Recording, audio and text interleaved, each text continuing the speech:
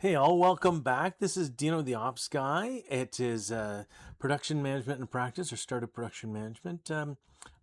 Teaching basically a production management course, but starting from the application. In this case, the application is Stardew Valley. So I'm treating Stardew Valley as if it's a factory and giving you a factory tour. It's basically every when things come up, I talk about them from an educational standpoint and saying this is how we'd respond to it in production management, etc. Hopefully that works. We are on episode 39, so I'm hoping that works. We have 38 episodes already completed, and we're on the 39th. This is day 39 of Stardew Valley. It is the day of the luau. I'm not going to show you the whole luau. That usually days with festivals, we just sort of chop the festival out. I will tell you that we are taking golden quality cauliflower to the luau. That's the trick. Wink. But yeah, so we're not going to show that. You can figure that out on your own. But certainly what happens before and after is a bit important. So we're going to do that. And I just wanted to set up Av for... Av is the guy on the floor. I'm the guy doing the strategy and the upper management stuff. But as far as getting stuff done, we have Av to do that. And the things that we have on the list of things to do today are water and harvest the crops, pet the hens and process eggs, and take that golden level cauliflower to the luau. So hopefully that all works out. So I am going to turn it over to you, Av. Thanks, Dino. It is luau day. The weather is going to be beautiful tomorrow, and the spirits are kind of annoyed today, which really doesn't matter too much. We're not doing any mines or any fishing or whatever. We got some mushrooms. This is our first harvest of mushrooms. You know what? I think I'm going to build a chest to put them in. This is another B-level type thing that we want to keep track of. Say hi to Meow. Hi, Meow. And harvest. We have our second coffee bean tree or coffee plant or whatever is harvesting now, so that's good. We should do the water, but let's first take care of the hens. They're pretty important. Blanca and Whitney and Chaka, I forget. I usually name them after like 2 colors of white or 2 colors of brown, depending on what color they are. So that sort of is the inspiration. But yeah, so, okay, summer squash we're going to leave in our hot bar because that's a good source of energy. I'll double check on what the return is on sort of energy per gold, but I remember it being pretty good. And it's one of those things that is going to grow a fair bit, so having it around isn't so bad. The watering is going well. We're kind of doing a different pattern this time, going from right to left rather than typically left to right. And I think that's more just a function that we were over there and looking at how much was in the watering pot. I figured we'd come back this way. So we got that. Might as well do the fishing while we're doing. Again, the trick is if I take just 3 bait, then it has to work out exactly. If I have any left over at the end of picking up what's in the crab pots, then I know I missed one of them. That's an obvious sign that I missed. If I pick up 3 bait and I have 3 crab pots and there's one left at the end. So as well, we have some cauliflower. We're going to take our special cauliflower at this point so that we can take it with. I say special. It's just a gold version, but it works very well. They get very, very excited about it at the luau, let me tell you. So I'm going to bring it to the luau. That's the way it is. Okay, so the other thing is... Yeah, I might as well. So I haven't been using the fertilizer too much, and just because I find it kind of gets in the way. But this one was an obvious one.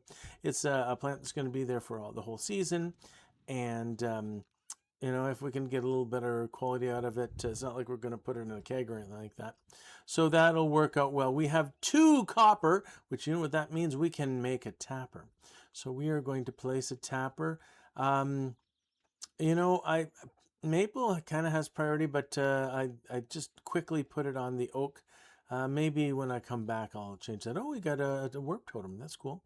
So we're going to get you to the gates, and then we're going to pause and pick it up at the end of the luau because we're going into luau right now.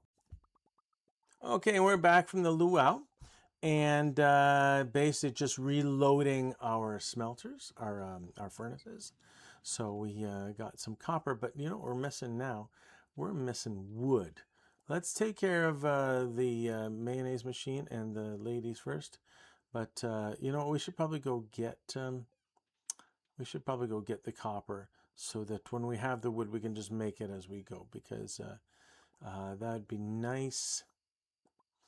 We're gonna just load up for copper for now. Again, that's the advantage being that we're in the process of doing doing the tappers. So that would just dump the mayonnaise there. Get into the area. We got a lot of work to do over here as far as cleaning this up. Eventually, what I'd like to have is those 3 columns: the pine trees you see, the oaks you see, and then the maples you see, and then just extend that down. But there's a whole bunch of mess that we got to get into. Glad that we have the special axe, the iron axe. That's helpful, but just so much to do. So we will get to it. But right now we're just going to pick up some wood as we have, clear off some of our way back, use some of that wood to make a tapper. And then we're going to tap this maple here. And I think that is about all we're going to try and accomplish today. So made a fair bit, 11:18. Not as much as we'd normally on a full day, but it was a bit of a part day. And tomorrow, the next tomorrow, is going to be a storm, so that's a good thing. So we'll figure that out. Thanks, Av. Those festival days tend to go pretty quick, but we pretty much hit everything we needed to hit. We watered and harvested crops, pet the hens, processed the eggs. We got the cauliflower to the luau. We made everyone happy. I don't understand why everyone gets happy if we bring cauliflower to the luau, but that's just a longer story. So let's get to that. Did mention last episode, and I'm going to hold true to that this episode, because so much of it's chopped out, we will use the time on a strategic side, or sort of, well, let's start with the tactical side. Talk about a bit of theory of constraints and how we're going to go forward. So first off, in the last episode, we talked about passive income, and I got one of my formulas wrong, basically the weighted average formula. Instead of multiplying a percentage, we added a percentage, and that didn't work out so well. So these are the new numbers. Not a lot of changes. Before, we were saying that the bee houses were the best way to go. Tappers were up there, and then thereafter it's just sort of a mishmash, right? But yeah, nonetheless, it's pretty standard. But I'm going to extend this just a little bit to get to, if we were starting, because seasons are sort of this cyclical thing, if we were to start a new season, call it fall, because we will, what would be the best way? What would be the best investment? How do we look at what we know now to basically create the best situation for fall? And on a product line basis, so for example, I looked at in the fall, we can do fairy rose honey. That's good. In the fall, we can grow pumpkins, and we can look at putting pumpkins in kegs. We can look at growing cranberries as sort of a regrowth crop and dehydrate them, or put them in kegs, or whatever the case. We can look at getting at least one more chicken for the coop, but we can extend the coop and getting more chickens. So looking at the egg return, hoping to have a barn by then, looking at the milk return. And then we have an apple tree planted. That'll be in swing, so we get that for the full season. And looking at how that apple tree grows. And then we have the mushrooms. So in every event, looking at on a day 1, day 2, day 3, what are we spending on an operational basis? So for Fairy Rose, everything is upfront on capital costs, but I guess I could put one plant of the fairy rose, even though it pollinates a lot of different honey, or vice versa, I guess. But essentially, if we have a bee house near a fairy rose plant, the first 4 weeks, the fairy rose isn't ready. So the flower is not ready. So it's 100 for the return on the honey. So that's day 4. And then day 8, we get another one.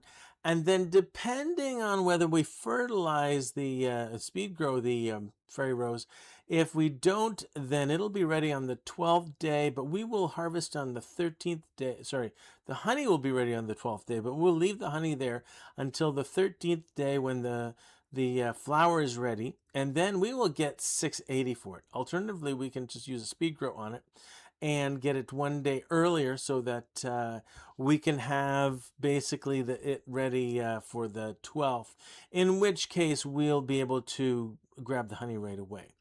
In either situation, we're getting about 3,000 gold or whatever, what we earn.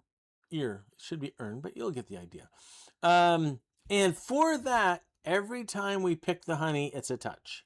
So I look at 7 touches if we don't fertilize, 8 touch if we otherwise, because we don't have to do anything with the bee houses when they're not giving us honey. We just have to pick the honey off. So that's if we look at an earn per touch, and I'm using here touch to mean sort of a proxy for how much time we spend. Let me go forward. So yeah, so essentially, if we look at how much we earn for every time we touch something to make this work.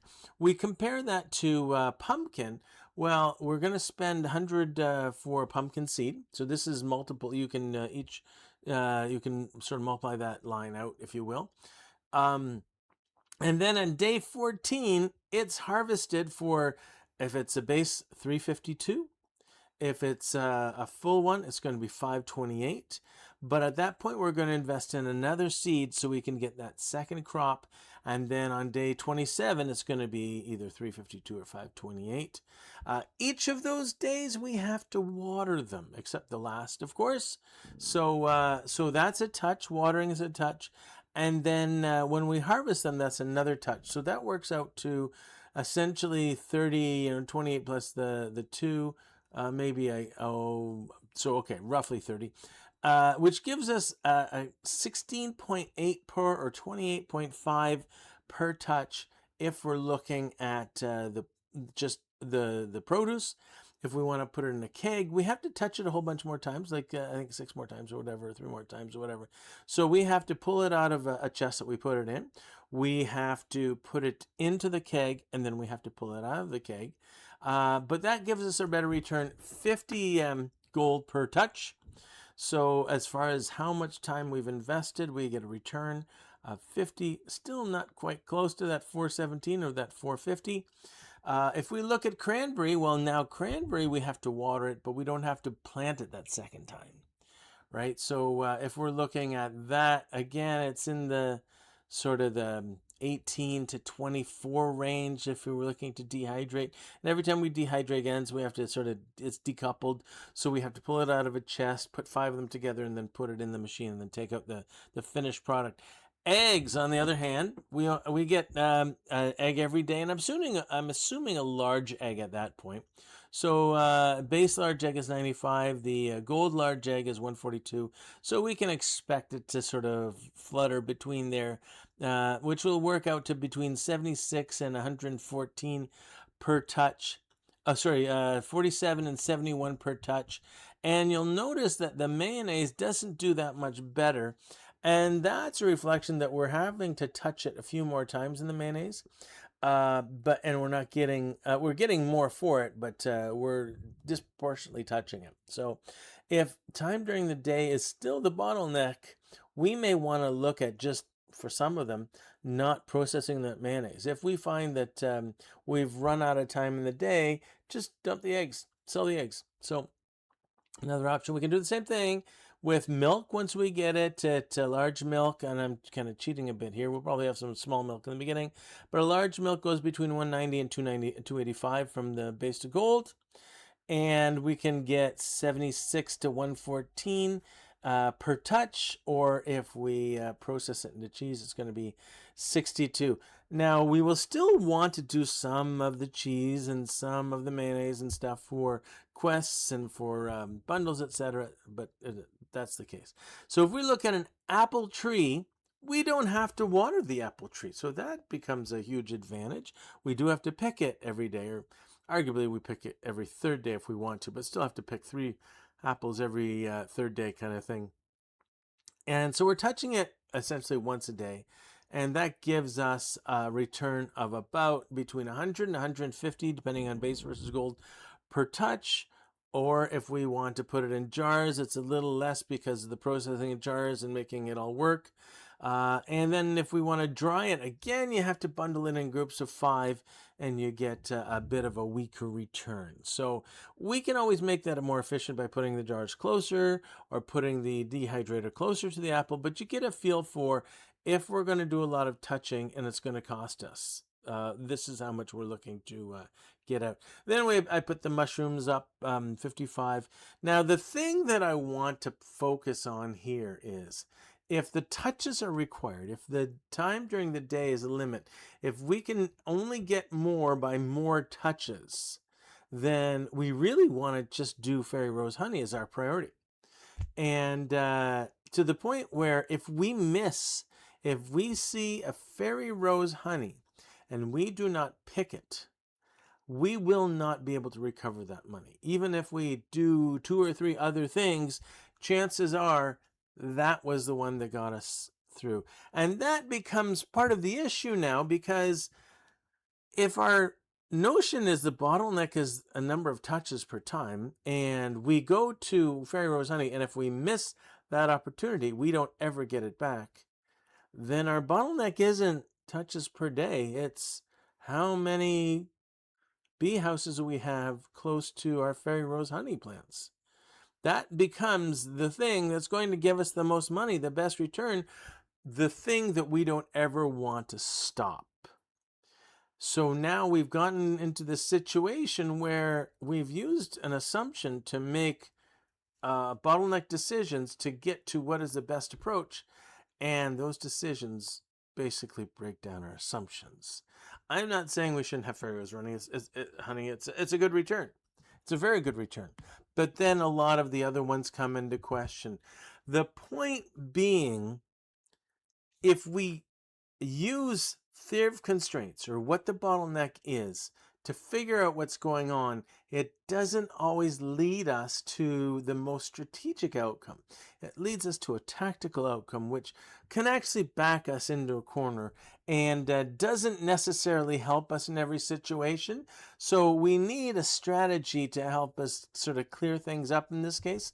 So what does it mean? Well, the best use of our time and resources and preparing for fall is definitely going to be bee houses, whether the bottleneck is going to be bee houses or the bottleneck is going to be time in the day. Either way, bee houses are going to be important to this. But come winter, the bee houses are ineffective. So we kind of painted ourselves into a corner saying we need to put all our resources in these bee houses because they're the best thing for our bottleneck, and we have to do this because we're going to get some great returns. You should see the returns are fantastic. And then everything stops. Following the bottlenecks is sort of a local tactic, but it cannot become or cannot overcome a weakness in strategy. So yeah, it comes down to, we decided to do the strategy with the community center, not because it's individually the most dollar that we can deal with on a daily basis. It's not because, individually the bottleneck, or that we can deal with on a daily basis. In some cases, we will consider the bottleneck in strategy.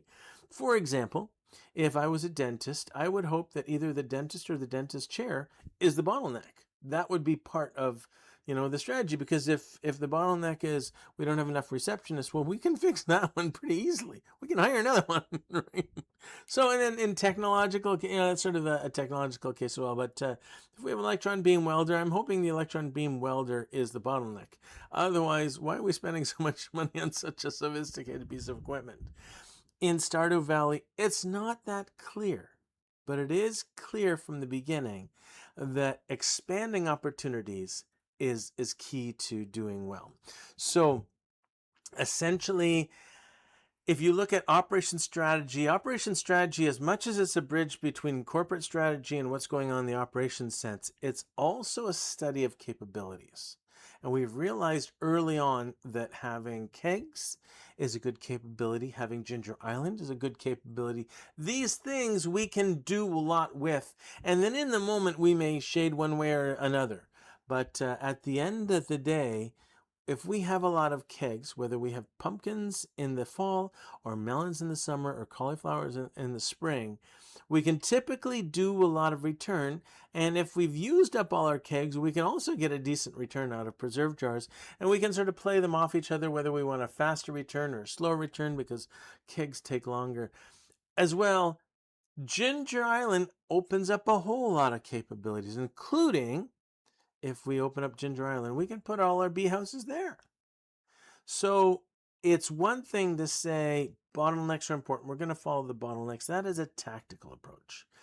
As well as having that tactical approach, we have to have some strategic approach for in situations where we decide, oh, if we're assuming the bottleneck is time of day, and then we've used all our time of day, and we now find out that bee houses are the bottleneck, because if we could get more bee houses, we get way more money compared to if we just had another half hour in the day. So this is a bit of a complicated discussion, and we will get back to it. Hopefully, hopefully it's not too opaque. Hopefully, there's some clarity here. But as well, if there's anything we can do as far as making things clearer, making it easier to understand, making it more entertaining, whatever the case, please put that in the comments, and we can respond to them. Other than that, we're going to carry on day 40, episode 40, with just the regular intro, run, and then recap kind of situation, because it's not going to be a festival day. But until then, I'm just saying, this is Dino the Ops Guy, and I'm signing off.